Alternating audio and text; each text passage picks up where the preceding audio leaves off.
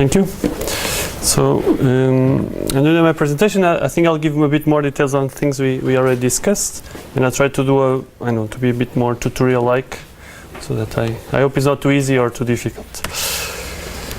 So I'll talk a bit MDPs and reinforcement learning, multi-arm bandits, and especially our applications for education, for how to include measures of learning progress in these contexts. There's two main approaches for decision making in terms of formalisms. There's the multi-arm bandits and the Markov decision process, and the difference is more about if you consider state or non-state. That's what I mean. So in multi-arm bandits, that's the analogy comes from the casinos, where you have several machines where you can get money. And the idea is that how can we find the machine that provides more money? In Markov decision process, we extend this in time, and at each state we will get money, but we jump to a different state. So the machines at each state, they are different. So here we are, in this formalism, we have all the choices available at the same time, while in the Markov decision process, our choices depend on our location. So the basic formulas for multi-arm bandits is to find what is the arm to pull that has the highest reward. But as we are paying to play, we have to try to find it as fast as possible. So we have to minimize the regret. So this is a very simple formalism, and that's one of the advantages that is very simple. So we can use it for many things. To learn a model here is very simple. It's just the probability and maybe even the variances of the reward you get with each option. And so you can just compute simple averages. So for instance, a typical play could be, so we have 3 arms, and we have imagine that we throw each arm, the 3 arms at each time step, and you get these payoffs. In the end, we have these average payoffs. And there are a few questions that we can make. So do you need the same amount of samples everywhere? So do you need to get the same amount of, should sample all the arms the same amount of time? And should we always sample the arm that looks the best? So if we go to arm that currently you think is the best, should we always go to this one? That's what we have to consider. For instance, here, this arm in the beginning seems to be the best, but then later on it's not the best. So how can we try to improve these algorithms? So the typical measure in multi-arm bandits is this type of regret. So is that if we go to the pass, and if you knew what was the best arm, how much money you would get since the beginning. And as we didn't play the correct arm, we lost money. So how can you ensure that you have an algorithm that in the end is close to the optimal gain that we could get? Okay. Here we are playing and gaining at the same time. So that's what I'm saying is, so in biological agents we cannot just have a period where we can make all possible mistakes without paying for them. Okay. So that's why we cannot just consider that we have pure exploration algorithms in living agents, because if mistakes cost money, there's cost energy. So there's why we have to consider that learning is concurrent with execution. Okay, maybe young children are protected from that we create a safe environment around. But I know for rats, and maybe it can be explained by some of the experiments yesterday, there's the risk associated. So that's why you have to balance exploration to find new things, to make sure that you have a good model of every option, but you also have to exploit to survive in life. So one of the earliest algorithms, I know there's cheating indices even before this, it's just a simple rule like this. So we should take at each time the arm that has the highest average, But that, of course, we consider another term. So this term, if we have explored an arm many times, we reduce the exploration rate for that arm. But if you haven't played that arm for a long, we increase. So in a way, we will try to go to the arm that looks the best. But if we are ready, we weight it by the amount of information we have for each arm.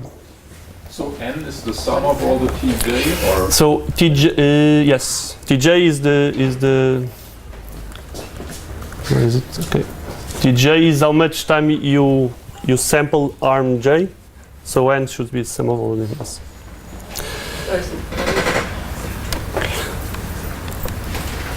Okay, so if an arm that is played many times has not any exploration to be done, and it will only win if it has a high average.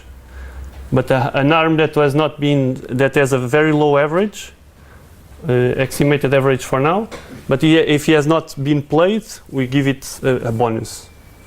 So to ensure that we explore a bit everything. And what is n? N is the how many times we already played all the arms. Where does this algorithm come from? Is it a result of an optimality analysis, or is just a... I think this is one of the early algorithms that prove that has a zero average regret. So in the end, we are in average, we get as much as if you knew since the beginning what's the best arm. Okay, so that's one of the standard and classic methods. So of course you're not happy with this, but so how does it go? So here just not very pretty figure, but here is the arm that is being pulled. So this is time, this is the arm. So the arm 5, it's the best one. So you see here the arm that is being pulled, and you see that in the beginning, in a way, we pull all the arms, and then in the end we pull the best arm more often, but we keep exploring always a bit. So we never stop exploring a bit, but we see here, like if you see from 100 to the forward, we play much more often 5 than before. In the beginning we are exploring. How can you have zero regrets if you wait? The average regret. So because in limit you divide by limit. It's of course as soon as you make a mistake you cannot have total regret. It's average. Well, just to be sure, this algorithm is for problems that you know very clearly when they started, so that you know the samples have to count from a certain point in your history, and you know what the time horizon is. No. This algorithm it works in the limit.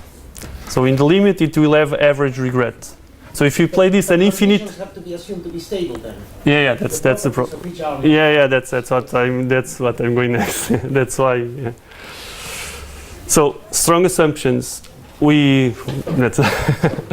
Thanks for introducing the motivation. So we could. There's research on this. You can find 200, and then every year there's 10 more bandit algorithms that are being developed. But they always have very strong assumptions about statistics of each arm. If you have a fixed horizon or moving horizon, so there's many things. But most of the things, they always have this idea that is stationary. So meaning that the arms always have the same properties, there's no change in time. And learnability. That means that an arm has always the same properties and properties that we can estimate. So we have a good model to estimate their properties. Okay, so if it's random noise and we just compute averages, we will never have a good model. So we have been thinking, and I know you've seen already some solutions yesterday. How can we improve this? So the classic measures usually are typical two measures. The minimize regret. So that's the idea that you have to have, while you are learning, you are also executing. So you have to pay for your learning. And there's the idea of identify a task. So it means that you have a learning period where you don't have to pay. You can just explore as much as possible. And of course, the strategy will be different. If you say you have 10 minutes to do whatever you want, and then I'll make you the exam, or if you have to pay from the beginning.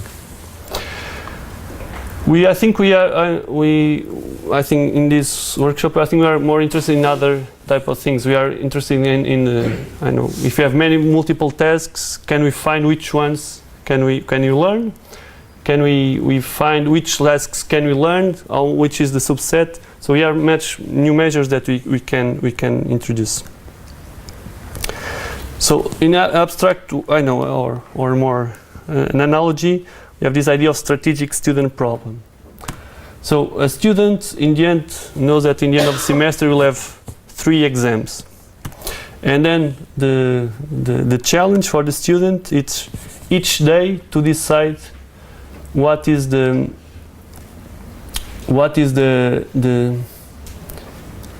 should he study? Should he study for exam 1, exam 2, or exam 3? So let's maybe jump this. So we could the student can decide to select randomly. Okay, each day I'll pick by a random choice, and I'll pick for, I don't know, mathematics instead of physics. Okay, this is clearly will not be very bad, but we should be able to do something better than this. We can think about okay, this is the course that I'm having more difficulty, so let's go and study for this one.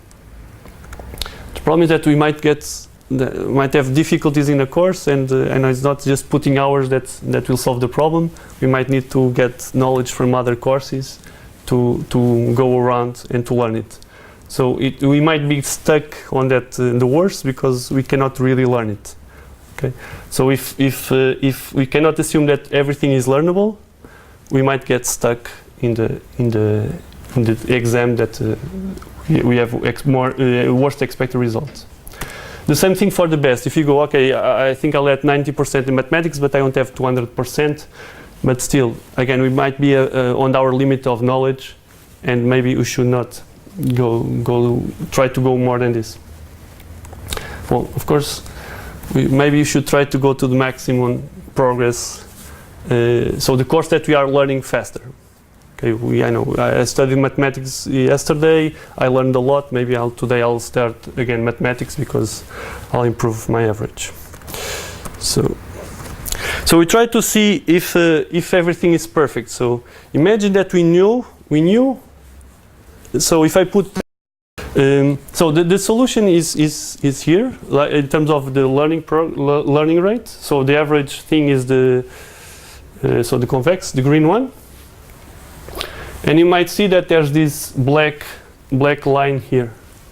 Okay, this black line is a greedy solution. This gray line just does one thing. Each day it sees the derivative of the learning curve of all the topics and picks that one. Okay, so what we show in this figure also is that a greedy strategy gives the optimal solution in this situation. Okay.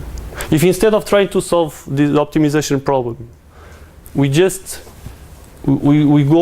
pick a greedy algorithm that computes the derivative of each curve each day and picks the maximum, it gives the optimal solution.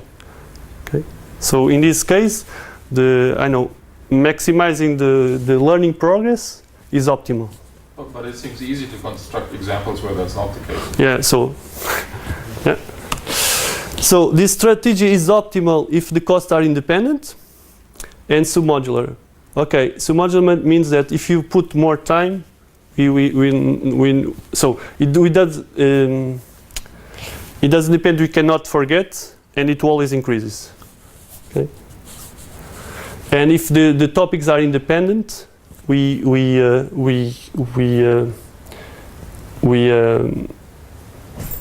is optimal. If the course, for instance, when I study for the green, I might learn a bit also for the pink, because I know if I'm studying mathematics, I will learn a bit more for physics. Okay, then the solution will be good, but will be just approximated solution. Okay. Then when it's not optimal to really follow the learning progress directly, is when we can forget.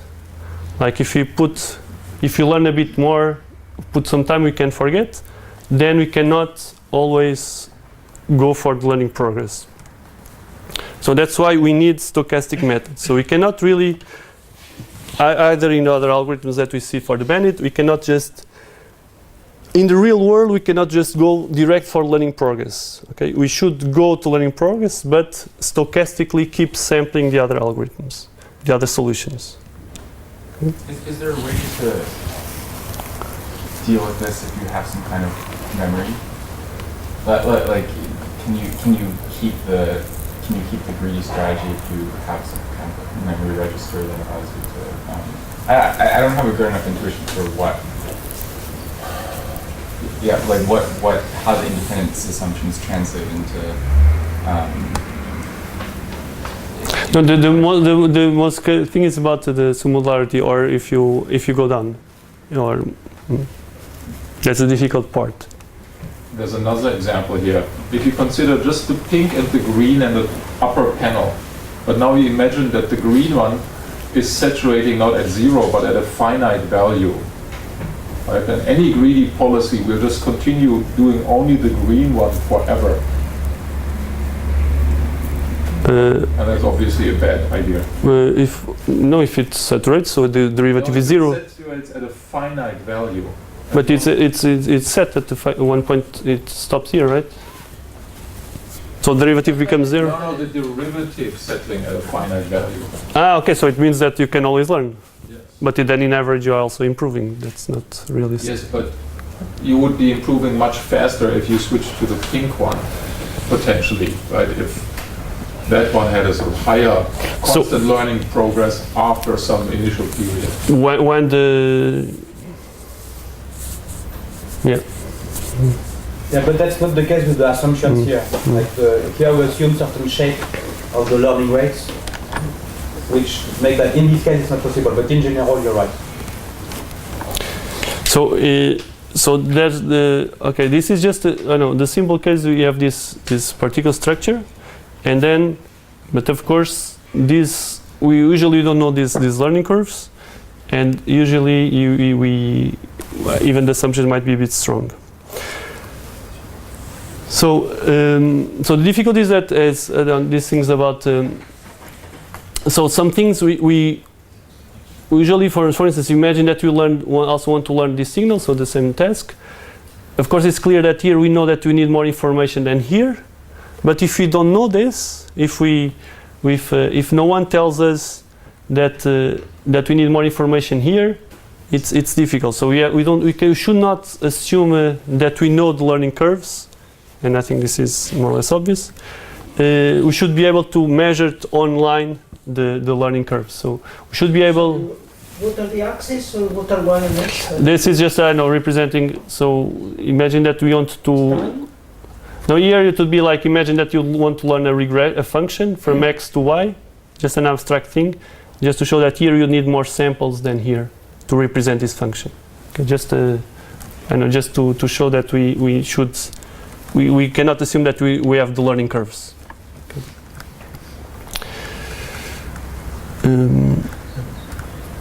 So what we do in the strategic student bandit, or it's very similar from what the exploration algorithm that Pierre was doing with Adrian. So we initialize the quality of each arm, and we sample proportional to the quality of each arm, and then we sample, and then we update the quality of each arm based on the learning progress. Okay? But we just don't sample always the best learning progress because of the things we discussed before. And quality here is learning progress. It becomes learning progress, yeah, because if we don't assume learnability, we cannot really just go for highest variance. We cannot really rely on the most classical measures. So this is still independent of the time horizon. You're not still including how many days I have to the exam. In this case, yes, without time horizon. What is the stochastic rule for sampling? Sorry? What is the stochastic rule for sampling the other? We are based on the X4 algorithm. So it's just you can see it as a Boltzmann type of thing.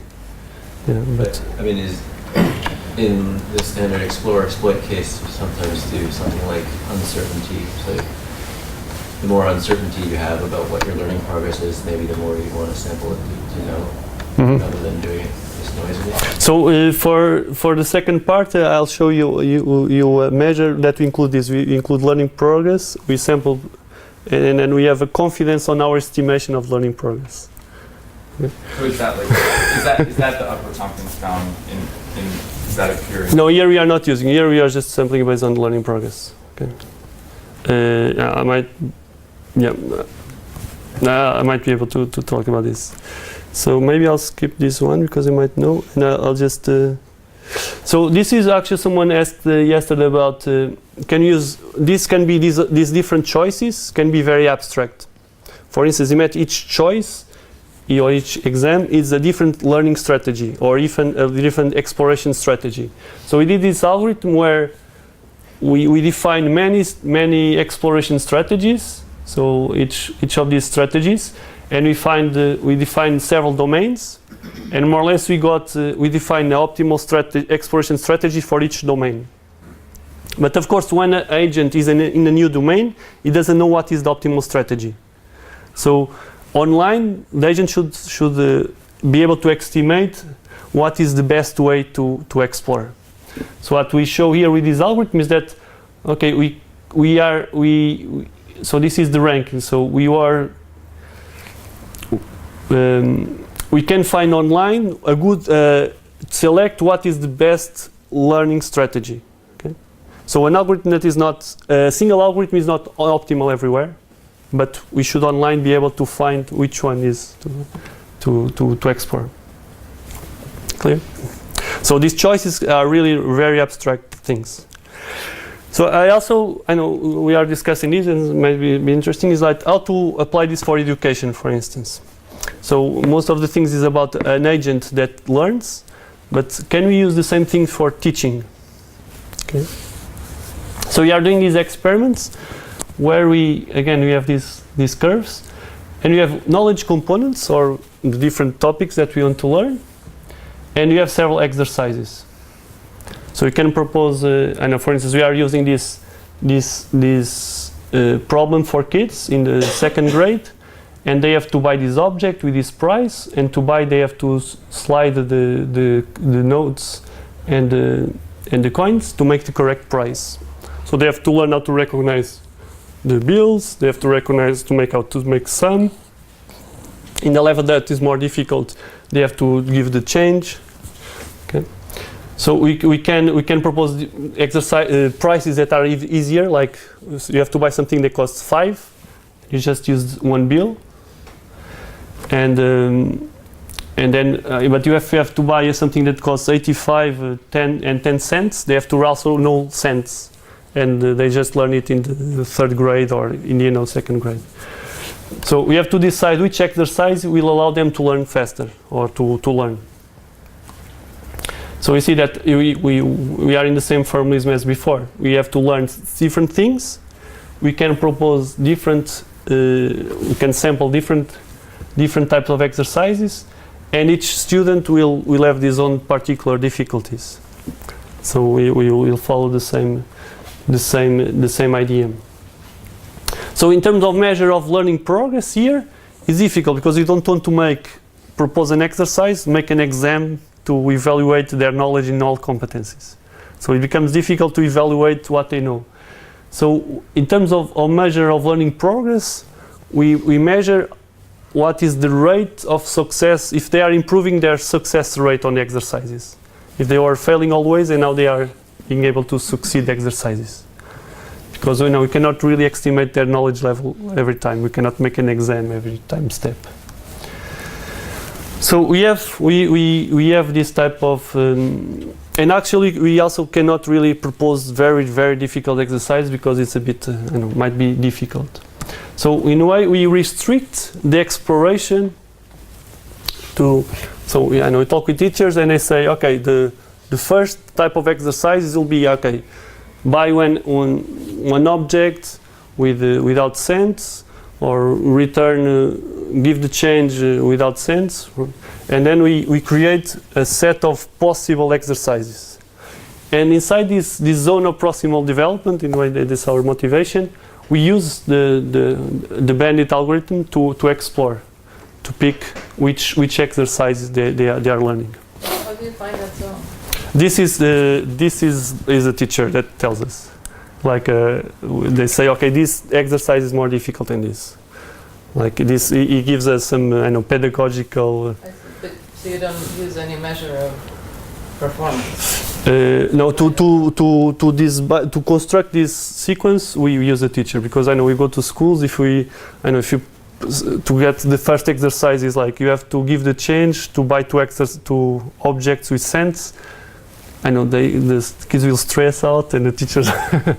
So there's a bit of also a question about how to progress. So this is not measured. This is the teacher that tells us.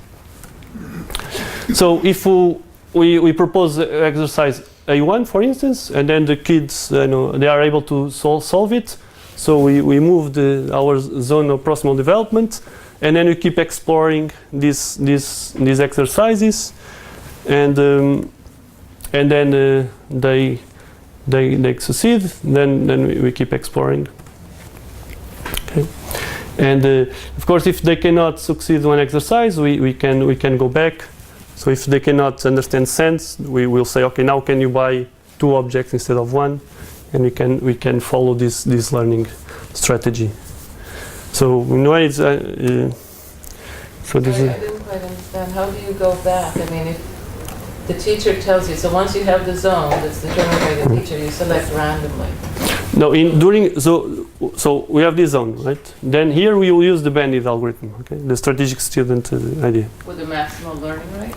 With stochastically based on maximum learning rate. Based on that. Here, so when they achieve, I think we have a threshold when for some exercise they already achieve 80% of success or zero learning rate, we increase we increase the zone. Okay, so if they already solved all of this, we remove it, and then we follow the development strategy. Okay. And then again inside this zone, we'll follow again the stochastic choices. So here we are. This zone is constrained by the teacher. It's like the mother. That's the idea. So this is what I know. We can compare several algorithms. Here it was the teacher, the sequence that the teacher decided, and the one I was describing is this strategy. And so here we see. So for each time step, we show how many students are doing each type of exercise. For instance, here at time 20, most of students here are doing exercise of level 1, and here, I know some of them are using level 2, and already a few of them are doing level 3. So we see here that in the end, we can get the students more towards the most difficult exercises, while in this predefined we are still a bit slower. But of course, this is like what we are proposing, is not if they are learning or not. So by comparing what they are learning, we can compare here. For instance, this is like for each different competence that here they, on average, they acquired the competencies also better than without this strategy. Sorry, so this is real data? This is simulation data. Simulation. So we are already doing this with in schools, and we could see that we have a fast identification of that level. We already have really good. So with algorithm we can really identify what is their level, what they know, what they don't know. In terms of learning, I know the results are a bit ambiguous for the moment.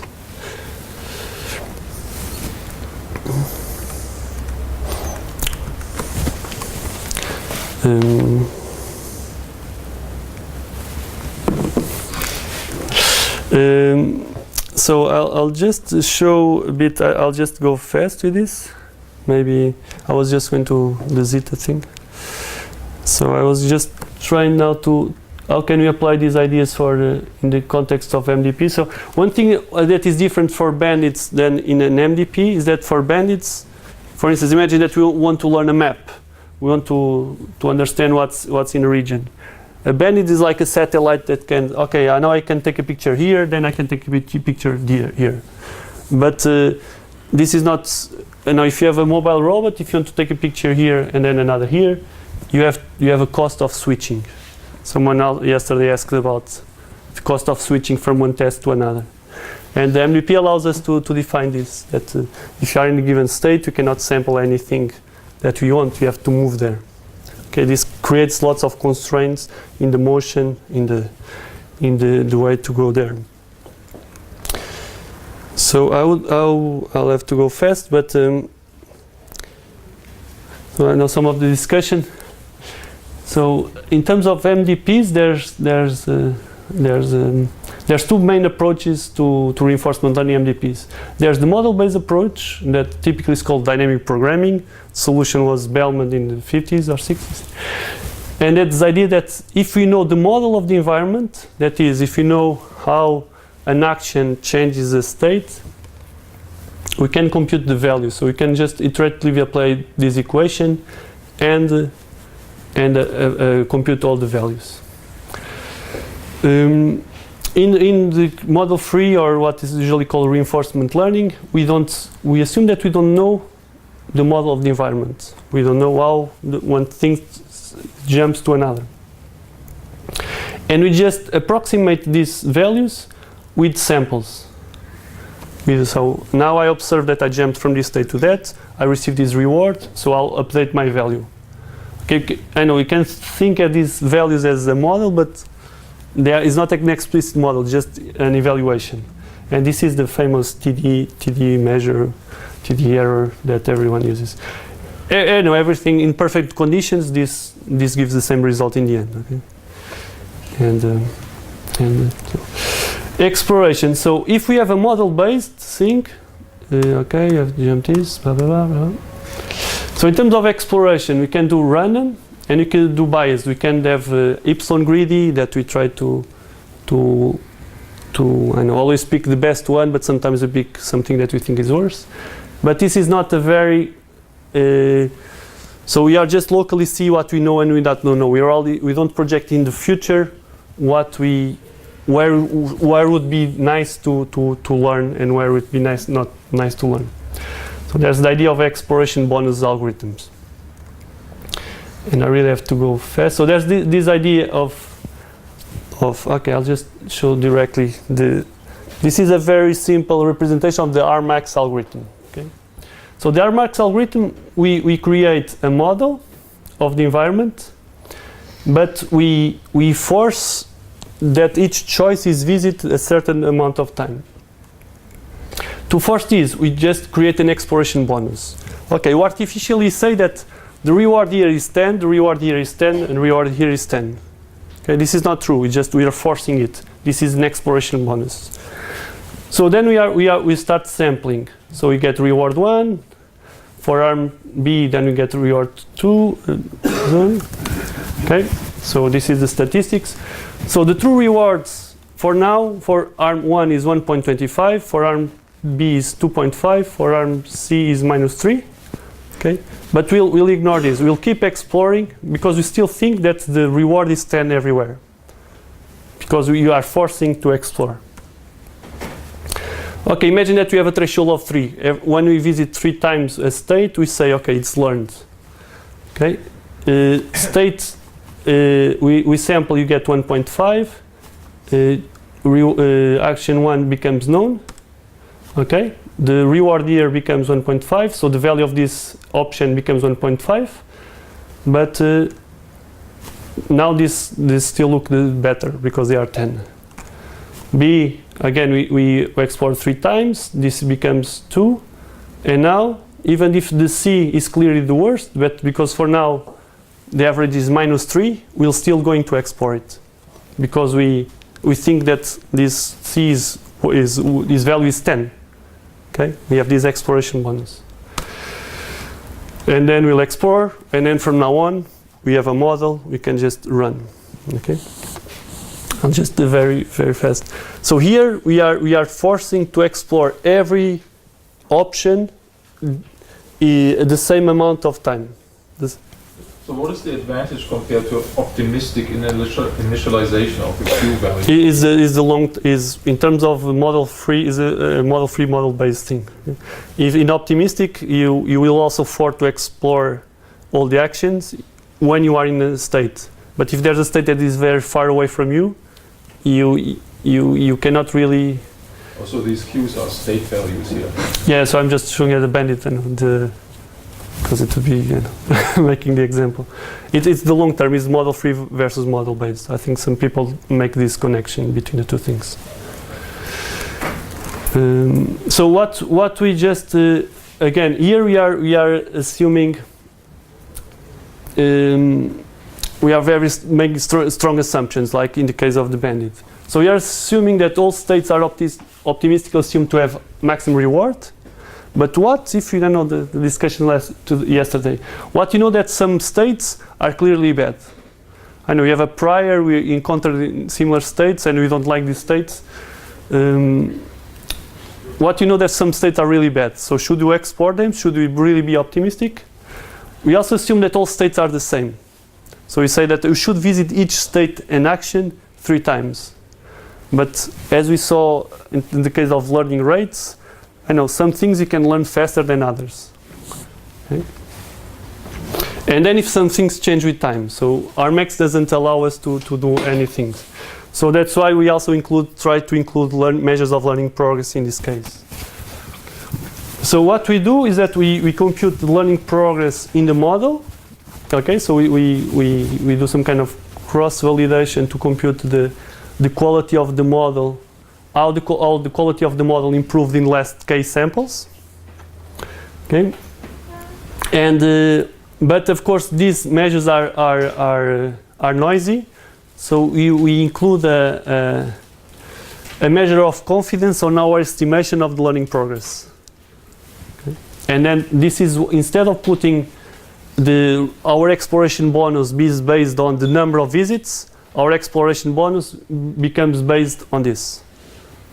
That's, I know, and I'll just terminate here. So what we can show is that, for instance, imagine that you have an environment where some states are very noisy, some other states are not noisy at all.